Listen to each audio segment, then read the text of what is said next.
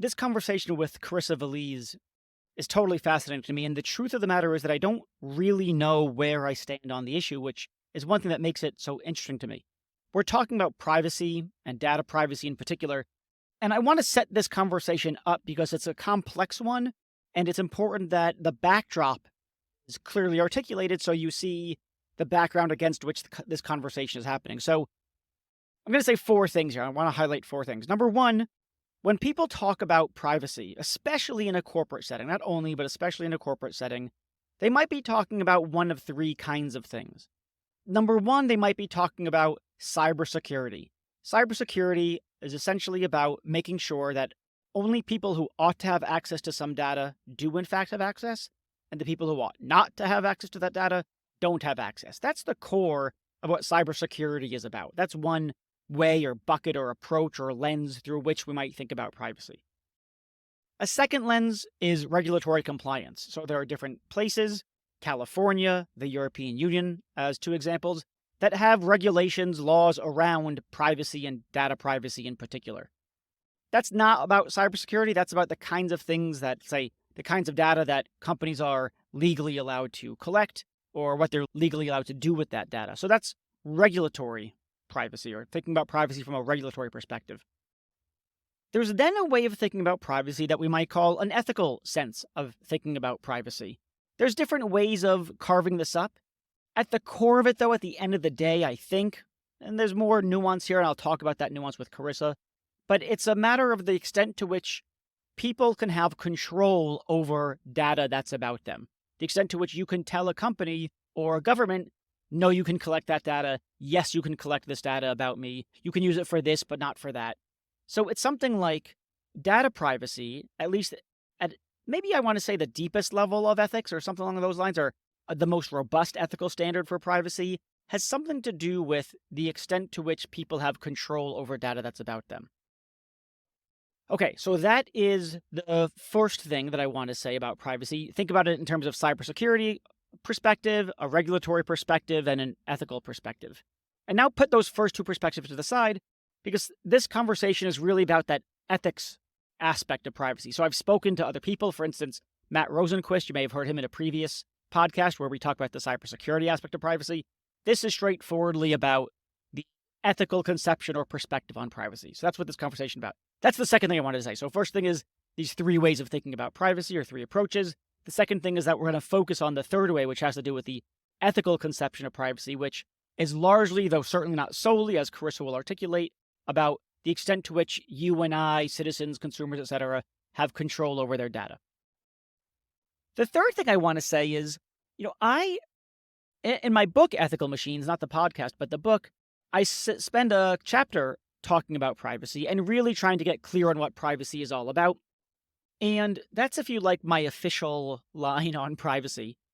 I've been toying, though, with an unofficial line, thinking about, do we really care or ought we really care about privacy that much, data privacy that much? And let me give you just two reasons that I'm skeptical. At least I'm trying these thoughts on. I think it's important to sort of try thoughts on and try ideas on, try positions on, see how they fit. If they don't fit, you get rid of them. But this is what I've been trying on lately. One reason why I get skeptical about people talking about privacy or data privacy is that they start saying things like, that's my data. My biometric data, or the data about what I look like or what I sound like, or my medical data, or my data about my preferences, or what I watched on Netflix, or what books I bought from Amazon, whatever it is. That's my data because it's about me. And I just sort of think that's too fast of an inference. It's one thing to say that there's some data about you. It's another thing to say that it's your data in somewhat legal sense of ownership, I imagine. So an example that I like to use is that if you're sitting in a cafe, you see me walk in, you write down in your notebook, Reed Blackman entered the cafe at 10 a.m., I can't then go over to you. That's clearly data about me, but I don't think, go over to you, rip the page out of your notebook and say, that's my data. You would surely protest, well, look, it's data about you, but it's not your piece of data. It's my notebook, my pen, I wrote it down, etc. So there's a disconnect between data about you or data about me and my data or your data. This is a data that we own. So since there's that gap between those things, I get a little bit skeptical, a little bit philosophically squeamish when people start playing fast and loose with the distinction between data about you and your data. That's one sort of source of skepticism. Another source of, if not skepticism, at least something that makes me sort of chill out about the data privacy concerns, is that a lot of the data that is collected, and as Carissa will say, not all, but a lot of the data that's collected is stored in these, spreadsheets or whatever kind of software it is, some kind of database stored in a server that no individual ever actually looks at. So we talk about things like corporations know what you like, they know what you watched, but that's sort of anthropomorphizing them or sort of giving them too much credit. Most organizations don't even know what kind of data they have, frankly. And it's very rare, and this is contentious perhaps, but it's usually not the case, I think that's fair to say, that there's some individual person looking at some, spreadsheet, finding data about you or data about me and being like, oh, Reed watched that show last night, or he bought that book, or he went to this location at this time. I don't think that's usually what's going on. So then I start to think, we talk about corporate surveillance, but is this perhaps a bit metaphorical or overblown, at least in some cases, because there is data collected about us, but we don't really do anything with it. Okay, they don't know it, and it's unclear whether they're going to do anything with it. So those are my two reasons for being a little bit skeptical. I have more reasons, but I'm trying not to dive into a complete lecture, a diatribe. So that's the third thing that I wanted to say. So I talked about, you didn't say anything. I talked about there's three ways of thinking about privacy. One of those ways is the ethical way that we want to focus on, that has to do with user control or people having control over data that's about them. And then two reasons that I think, maybe this is not such a big deal after all. Number one, there's a difference between data about me and my data. And also the second point is that these companies don't always know. There's not some individual looking at data about us typically. It's just sort of buried in a spreadsheet in a server somewhere or something along those lines. Now, this is an important backdrop, I think, to the conversation, because I'm going to push in this conversation. You'll see me pushing Carissa to sort of show me that I'm wrong. And I think she does an admirable job. I mean, I think she has made me certainly, in many ways, back off from my skepticism. Not completely, I'm not settled. These things need to marinate. You got to think about it for some time. But I feel the force of her arguments. One thing that I want to highlight in this discussion is a distinction that Carissa and I talk about. I talk about it in my book. She talks about it, I believe, in her book.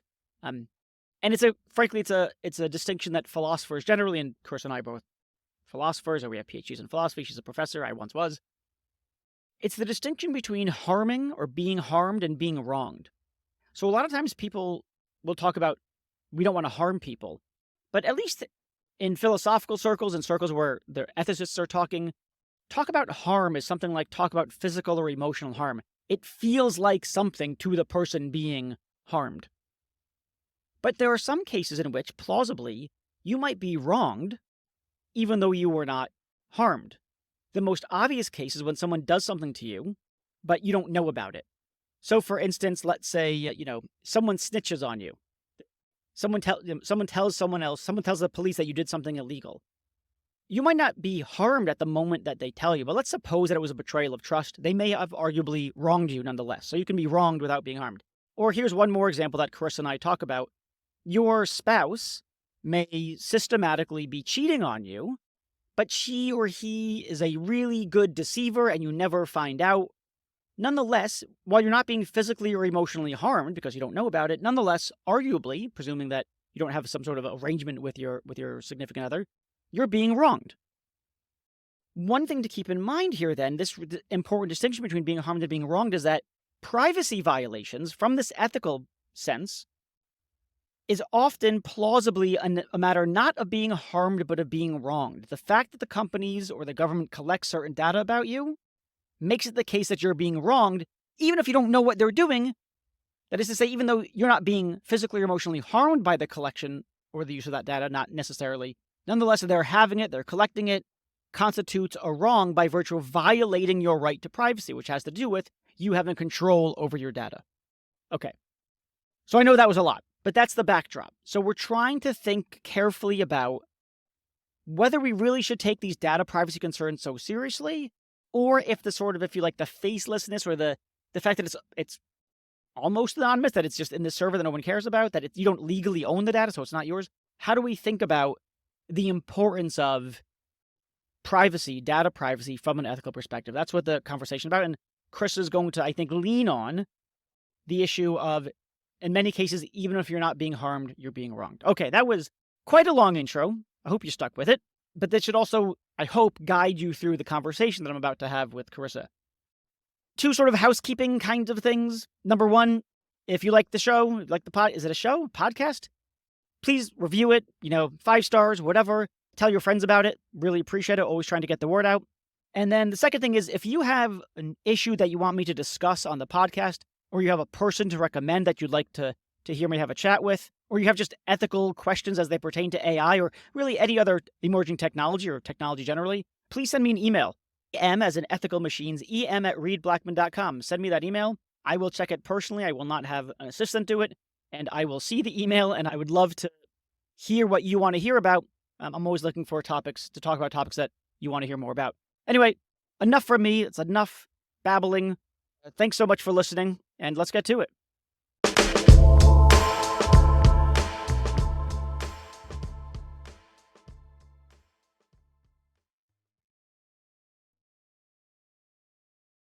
Chris, I love the title of your book, Privacy is Power. So tell me, though, what do you mean by privacy? What do you mean by power? And why is one the other? Thank you. I'm glad you like the title. It's one of those things that came really easily, and that was a relief, because sometimes it's so hard to come up with the right title. But in this case, it came really easily because I thought that that was one aspect of data that people were missing out on. At the time, a lot of people were talking about data protection and a lot of legalistic debates, and they were missing out on this crucial aspect that it's not only about money, it's about power. And I think that has changed in the past couple of years in the debate, not only because of my book, but also other people have started talking about power, and that has been really helpful. So privacy, there's a technical definition that I could give you, but that would be probably getting into too much detail. But roughly, privacy is about having the capacity to keep certain things to yourself or to share them with just a few chosen others, and to keep certain kind of access to yourself from others that you don't want to have that kind of personal access to. So it's not only about information, but it's also like the capability of not being seen or heard. And that goes beyond information, because I think as mammals, we have this very visceral reaction to being seen. And it's not only about the kind of information that someone can glean from you, but that it also makes you feel like possible prey. And power, again, there are more technical definitions, but roughly, when somebody has power over you, they have the ability to make you do things that you would otherwise not do. And there are different kinds of power, so there are different classifications, but one way to separate the different kinds of power is between soft power and hard power. So soft power would be the kind of power that someone has over you through seduction, through narrative, through kind of soft means. And hard power would be, the paradigm would be physical power. So if somebody is violent towards you. But there is an interesting kind of hard power in tech, because when code makes you do something, it's not physically violent, but it is something that is done unto you in a way that you have no agency over. Okay, so there's already a ton to unpack there. So first, one thing that I really like about the way you articulated privacy is that it's a capacity that people have. You didn't just say something like it's the state of not being known or the state of not being seen. You said something like it's a capacity to let people see you or not see you or something along those lines. So we talk about a right to privacy. It's a right that one exercises. It's not a passive state in which people just don't see you. So that's already interesting to begin with, because now we have to start thinking about if a company respects people's privacy, using that conception of privacy, then it's not merely a matter of them sort of not looking at certain things, but a matter of empowering the citizen, the user, the consumer, whatever, to exercise their right. So it sounds like the corporation that typically collects data has to make room in the way they interact with you for you to exercise that right to privacy. That's one interesting thing. So first of all, do I have that right so far? Yes, I think you do. And if you want to be really precise, I think the distinction would be between privacy and the right to privacy. And privacy is about access, So you can have somebody unconscious and in a room alone, and they have privacy without having any kind of capacities. Right. But then there's a right to privacy, and that has to do with having certain kinds of control over personal access to yourself and over certain kinds of information about yourself. So then when you say privacy is power, do you mean the active? The active, because do you mean something more like, is that shorthand for the right to privacy is power? I think it's both. And it's partly because this is a book that is not academic and it's Sure. accessible. So I wanted to conform to kind of regular usage of the word. But even just not being accessed by certain kinds of institutions gives you a kind of power. So I think power lies both within privacy and the right to privacy. Okay, now let's talk about this power stuff. I- So my confession is something like I always find talk about power kind of weird in a way. I mean, it's sort of the thing to do is to talk about power now and power structures and undoing power structures. If you're sort of a certain political persuasion, you want to undo power structures. And I always thought, well, I mean, it depends. We don't want power to be unjustly distributed. We want power to be justly distributed. I take it that that doesn't mean that everyone should have exactly the same amount of power. Governments have power over its people, and in the cases in which it's a justified government or a legitimate government, they ought to have that power. So, talking about power in a kind of ethicsy context seems to me downstream or something like that of talking about who ought to have power. I mean, we want to undo the power structures on the condition that the power structures ought to change, not just because we like moving power around. It's fun to do. That's an excellent point. And my concern here was that the citizenry, as part of a democracy, is losing too much power to sustain a healthy democracy. So, of course, the government should have more power than any kind of citizen in different ways, like to collect taxes and to have a police and so on and so forth. But there is a balance to be had. And when the government has too much power and the citizenry has too little power, it's very difficult to sustain that kind of demos that is the ideal. If you think about your own life and you think about how you're losing exactly how you're losing privacy, it's easy to feel very disempowered because even if you're very careful, even if you do your best, you are going to lose very sensitive personal data that could count against you or against your family members or against your community, and there's very little that you can do about it. And that is remarkable in democratic societies. Typically, that kind of status is related to being a subject of an autocratic regime, like in Russia or like in East Germany or in China. So, is your focus more about data privacy as it relates to corporations? And you said earlier, you said something along the lines of they make you do certain kinds of things. That what you were trying to sort of locate the kinds of power that corporations have in the hard power versus soft power distinction.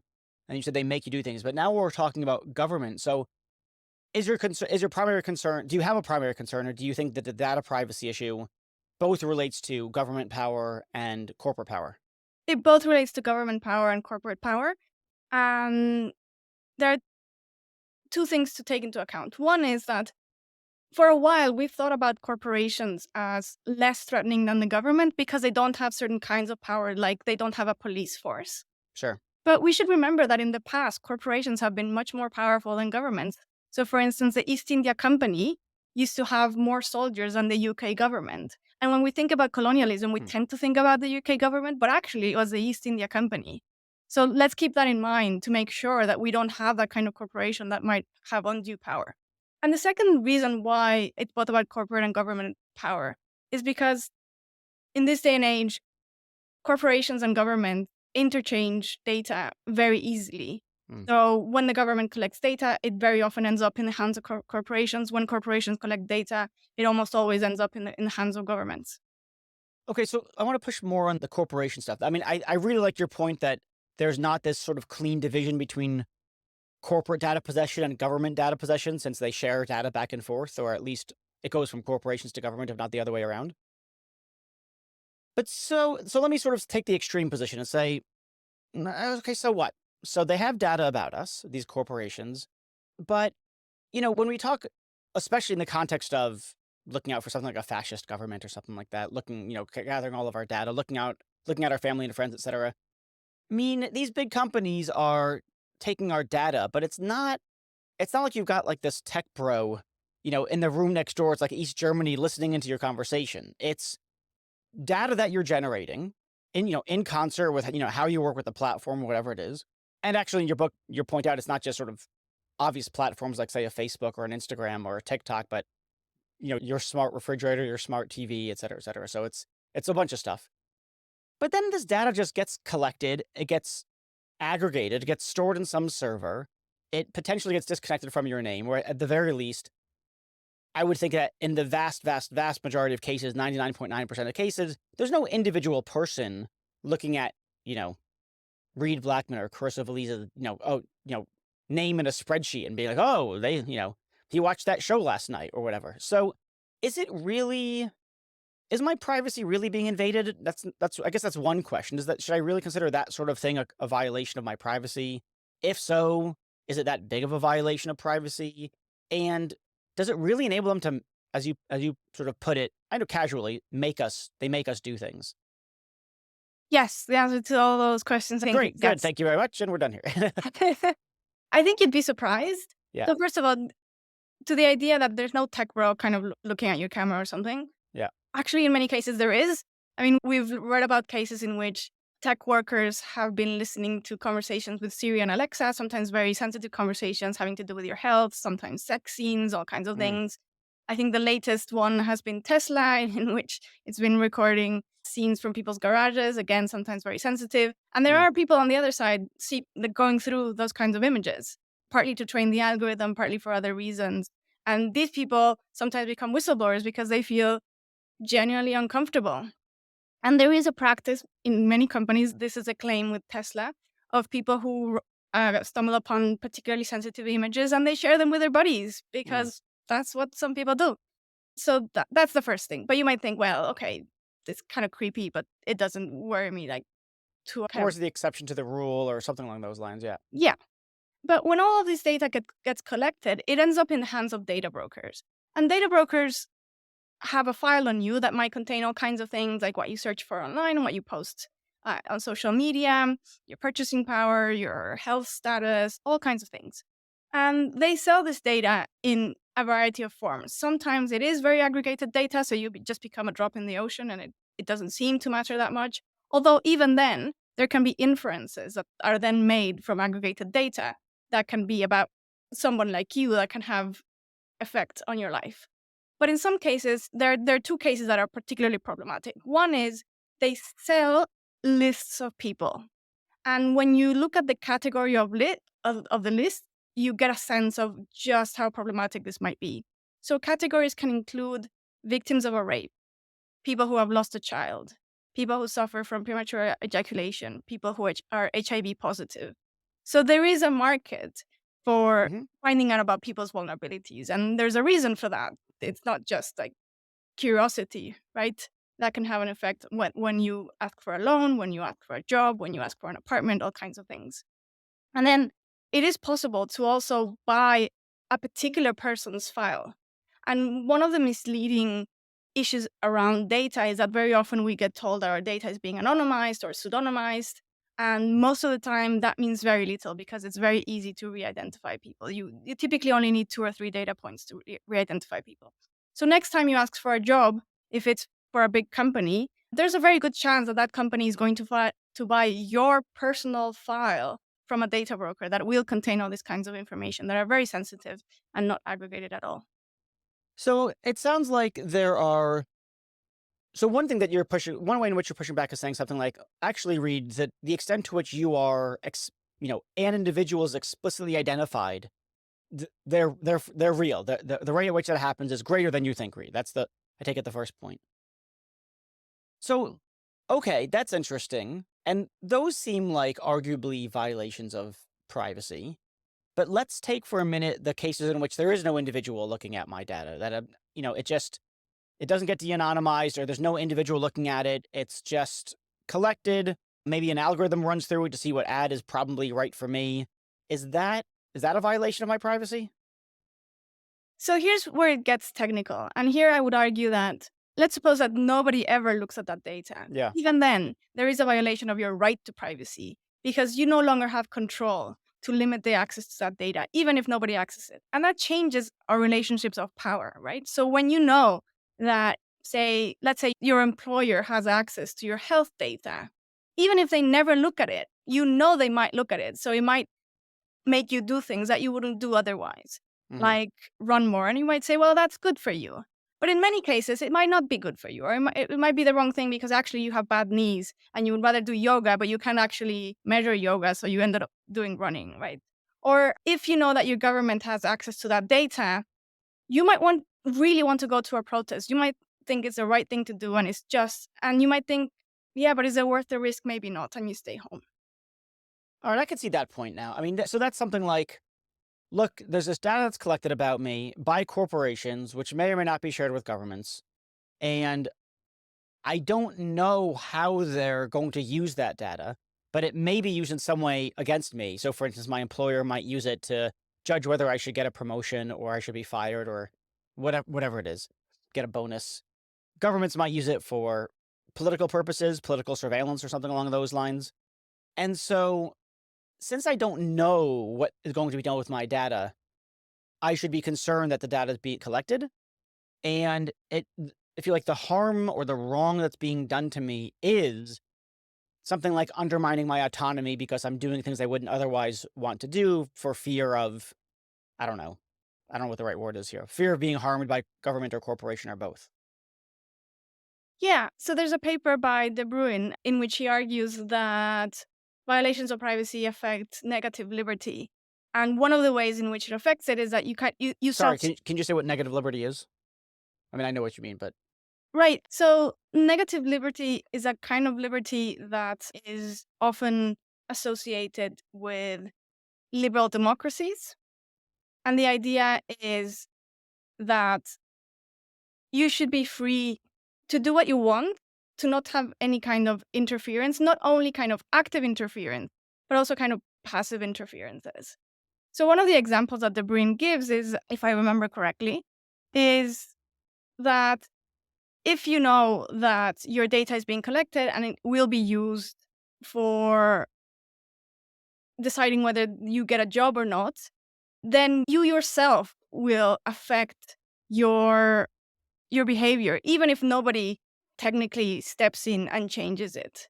sort of one of the standard problems with surveillance, right? It's not merely so one thing that might be bad about surveillance is that people catch you doing things that they think you ought not to be doing, and then they arrest you or they assault you or whatever it is. But the other point is something like part of living a free life is to live unencumbered with the constant fear that some malicious or uncharitable viewer is looking at you to punish you or to hurt you in some way or other.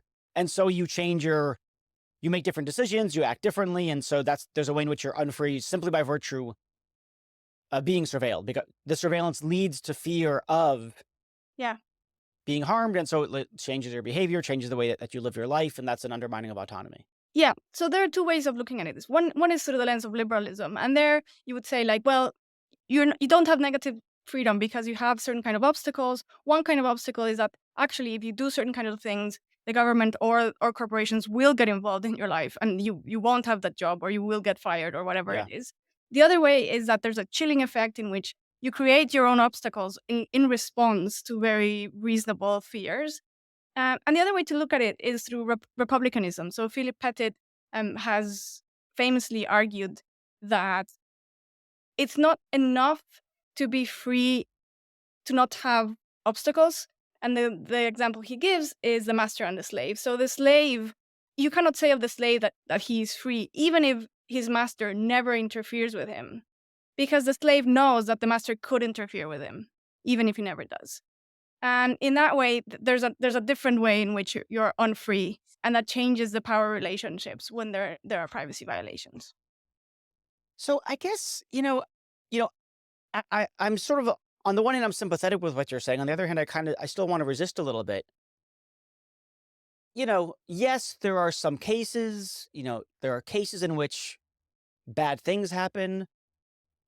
Two things though. Number one, it still seems to me like it's the minority of cases, but maybe that's enough to say, well, nonetheless, it might be the exception to the rule, but the exceptions happen often enough such that we ought to be really concerned. The other thing, and maybe this is more of a philosophical point than it is a practical sort of, ugh, God, did I just equate philosophical with non-practical? And I just made myself nauseous.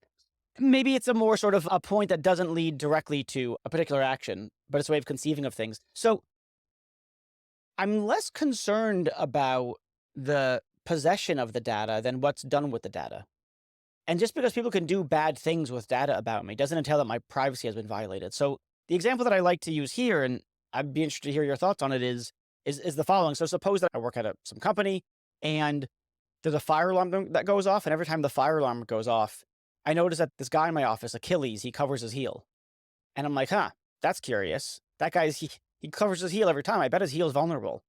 And you fast forward, and Achilles and I get into a fight. It turns into a physical alteration. I go for his heel. I deal him the mortal blow. Right, he's dead now. And then someone says, "Reed, I can't believe you violated Achilles' privacy." It's like, and then when I say, "Yeah, look, that wasn't the real wrong there. The fact that I infer that he's got some vulnerable point, I inferred some information about him that he wanted me not to know. That's not the real issue. The issue is that I used that information in a way to kill him. It's the killing that's the problem." So then I want to say something like the possession or the inferring of data about people, that's not the real sort of moral problem. It's the use. And so shouldn't we be worked up about the ways that people use data as opposed to the mere fact that they have it? I think that's the way regulation has been thought about in recent times, and that's the way the kind of regulation we have is designed, and I think it's a mistake.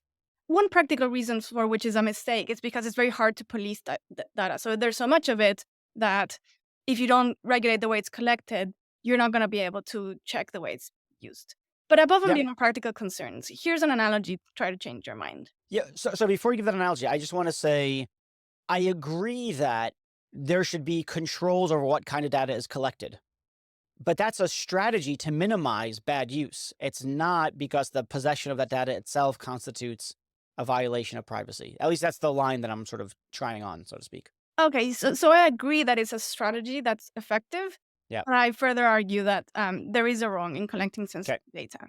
So, I mean, one reason, before I go to the analogy, is because even if, let's say, you're super well intentioned and you collect sensitive data for good reason, uh, just holding that personal data is exposing people to risks because hackers want that personal data all the time.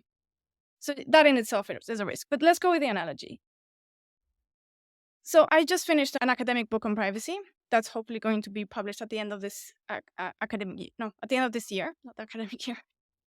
And I argue that privacy is a richly demanding good, a robustly demanding good. And I use this terminology from Philip Pettit again. And the idea is that there are certain goods that we only have if we have not only here and now, but also in relevant possible worlds. And privacy is similar to security in that sense. So what you're saying is, when it comes to the right to security, what matters is if you get hurt or shot. But you might see how that might be problematic if you think about two cases. One is a case in which, let's say, everyone in the world has the key to your apartment or to your house. And the fact is, most people are good people and they won't use that for anything.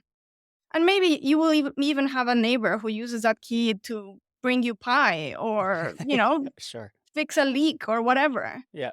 But if you give it to enough people, eventually you'll find someone who will want to use it to steal. Yeah. That's just Of course. being realistic. Yeah. And the other example is, so imagine like we have an occupying polity, and suddenly you see snipers in every corner, like targeting your head. And they're like, well, we're not doing anything. You can just carry on with your life. And if we never shoot, then, Right. No harm, the no wrong is foul. not in the having of the gun. The wrong is only if we shoot. But you can see how that puts you in a power position that you don't want to be in. And in the case of the Achilles, it's an interesting example because, yes, the wrong is in the killing, but it's really interesting that had you not known about the heel, you wouldn't have been able to kill him. Okay. So the idea is privacy sort of, I guess it's something like knowing that you're not in danger is an important good of life. Is that a fair way of summarizing it? Yeah, and it's not only about danger when it comes to privacy, it has to do with danger. So I think typically, for instance, women tend to be more privacy conscious because we feel more in danger in the Hmm. world or in certain aspects. But it's also about feeling free to do certain things. So it's also about, it has to do with creativity, with relaxation. When you know someone's watching, it's hard to be as relaxed. It's hard to be as free to explore different activities. So, okay. I mean, so this is I'm gonna just sort of again try on a line of thought.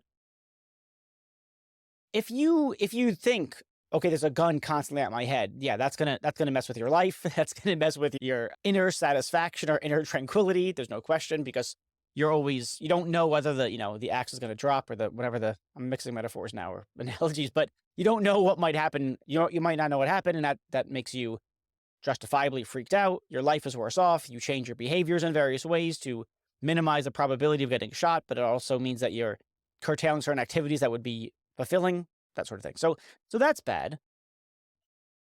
But is it it's the suppose I say, well, that just means the company should be more subtle about the collection of the data, right? If they're like snipers out there aimed at us, then we know. But as long as they do it sort of very quietly, then no change in life. It's the knowledge that's the problem, not the collection of the data that's the problem. Yeah, that's a good objection.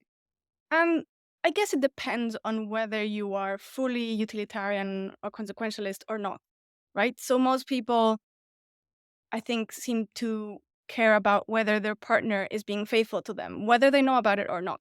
So you might say, well, Yeah. the perfect world is one in which your partner is unfaithful to you because they're happier and you don't know about it. So you're happier. Everybody's great. And I think most people would say, no, that's not what I want. It's not what I want is not to know that my partner is being unfaithful. What I want is for my partner to be faithful. And in the same way, I think it matters to us to have privacy, a world in which suddenly you realize that you've been surveilled by a Yeah. peeping Tom for 2 years, even though you didn't know about it and didn't harm you or didn't apparently harm you, is not a comfortable world. Yeah. So I mean, I think this brings out the distinction between being harmed and wronged, which I talk a fair amount, a bit about, but few people really care. But I wish, in the AI ethics world or the data ethics world, everyone's always talking about being harmed. And I wish they would talk about being wronged because it seems to me like there's plenty of ways of being wronged without being harmed. So I'm just going to basically repeat what you said, which is something like if your spouse or your loved one is cheating on you and you don't know about it, nonetheless, you're not suffering any psychological or physical harm. You don't know, you're certainly, you seem happy. Your spouse is a very good deceiver. So you're not being emotionally harmed or physically harmed, psychologically harmed. Nonetheless, you're being wronged. And, you know, and then we could ask, so number one, you're being wronged. Number two, we can ask, in which scenario is your life going better? The one in which your spouse is perfectly deceiving you and cheating on you all the time, or the one in which that's not happening? And it seems like, oh, well, the other one. I might not know that my life is going better in that second scenario, but it is going better. And so if you take those things on board, then you think, okay, you can be wronged without being harmed. Your life can go worse if you're systematically being wronged, even though you don't know it. And so the way in which and then you say, well, look, privacy is like that. We can be wronged even if we're not being harmed by, say, these corporations or by the governments. And we're wronged by virtue of their infringing on our right to exercise, by virtue of infringing upon our right to, by virtue of infringing upon our ability to exercise our right to privacy. Yeah, or just violating our right to privacy. I think our right to privacy is inherently having to do with control. But yeah, something like that. Does this discussion or does this claim sort of go around the issue of talk about ownership of data? Because we haven't talked about my data versus your data. I often get rubbed the wrong way when people say this is my data. I sort of think, well, no, it's data about you, but it's data about me, therefore it's my data.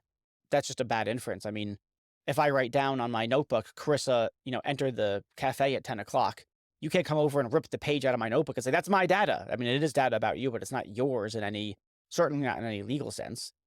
So I wonder if the way that you're posing things means that we don't have to talk about ownership of data, or is there something implied in your argument that does say something like, oh, yeah, yeah, this data about you, that's actually your data in some meaningful, I don't know, moral sense or something like that?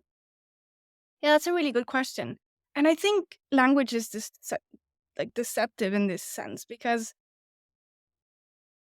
there are many ways to interpret what does it mean to say my data. And I think a lot of people, as you correctly say, infer that there's some kind of ownership, but ownership seems to be something different. And Yeah. you can say my something without it necessarily implying that there's ownership there. So one of the things I argue for in privacy is power is that even though personal data is obviously about ourselves, and in order to have our right to privacy respected, we need to have certain control over it. At the same time, it's a mistake to think that we have the moral authority to do whatever we want with our data, just like as if it were property.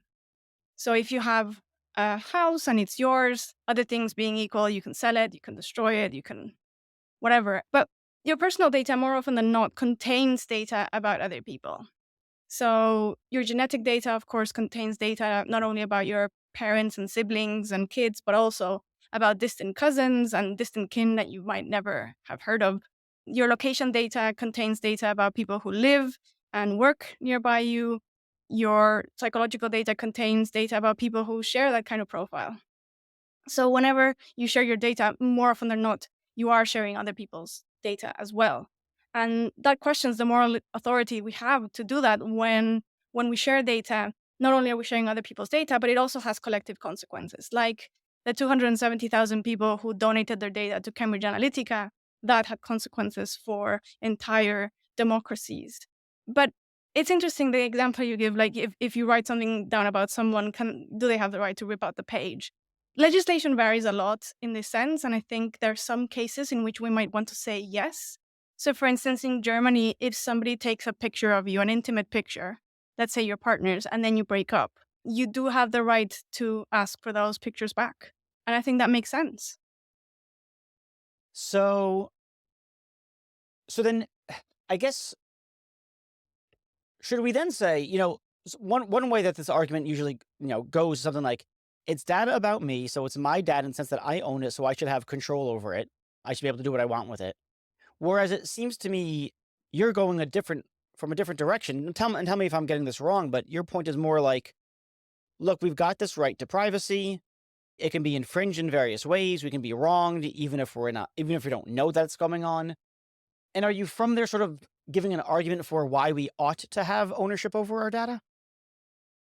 Even though we don't now, and that's not part of the argument about why we ought to have control. So to put us again slightly differently, people think we own our data, so we ought to have control over it. And I think your argument sounds more like we ought to have control over it, so we ought to be able to legally own it. No, I don't Okay. think we should legally own our data because I don't think we have the moral authority to sell our data in many cases. Not if it's going to share other people's data as well, and not if it's going to have collective consequences. So I think there should be minimal requirements for safety having to do with privacy that nobody can trump, not even if you want to share certain kinds of data. Well, you can't because society has an interest that you don't do that. But then over and above those kind of minimal requirements, then yes, we should have control over our data.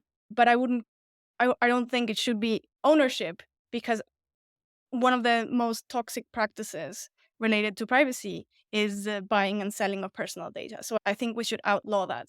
And I think even in the most capitalist of societies, we agree that there are certain things that are outside the market. So we don't buy or sell votes, we don't buy or sell organs, we don't buy or sell the result of sports matches. And for the same reasons we don't buy or sell votes, we shouldn't buy or sell personal data. Well, that's a robust position. Comparing data about us to something like, you know, literally physical organs that we have. So what's the call then?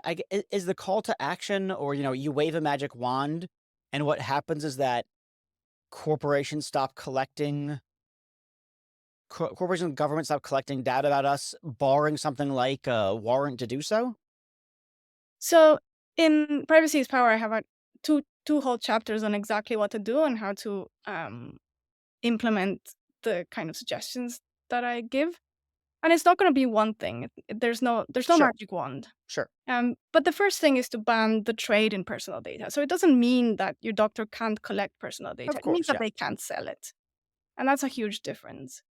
And likewise, some companies might, can have good reasons to collect some personal data, and that's fine, but they can't sell it. And it's also necessary to have minimum cybersecurity requirements, which we currently actually don't have. Sure. It's also necessary to have fiduciary duties. So whoever wants to collect personal data, that's fine, but they have to accept a responsibility of care towards the data subject because that data is very sensitive. It can be easily misused. So they need to be responsible for it. And if they don't want to be responsible for it, that's fine, but then don't collect it. Just like if you want to be a doctor, that's fine. But if you want to open someone up with a knife, then you have to take responsibility. And if you don't want to do that, that's fine. So don't become a doctor. I think there are also different ways to design the digital world that are more privacy respectful. So one practice that should become standard and isn't is periodically deleting personal data. Whenever we don't need it anymore, we can delete it. So at the moment, anything that gets collected is pretty much permanent. And I think that's a mistake. There are also certain kind of techniques like differential privacy and homomorphic encryption, and there are others in which we can achieve the same results with either no personal data or much less personal data or personal data that is protected much better. So I think it's going to be a host of solutions. Yeah, right. No, I certainly agree that there's not going to be the silver bullet that fixes all the issues. Yeah. Okay. Chris, we're gonna call it there. Thank you so much. I feel like if we kept going, we're gonna go into deep philosophy worlds, which I would love to do, but I'm not sure that everyone is gonna follow along with us. But this has been really, really interesting and frankly helpful because I find it in some ways difficult to think clearly about privacy. And the Achilles example makes me gives me pause, but you are giving me pause for thinking about that people really are wronged by virtue of having certain data collected about them, even if they're not harmed. And it's something that we need to take seriously. So thank you so much for coming on. Thank you so much for having me, Reed. It's been a pleasure.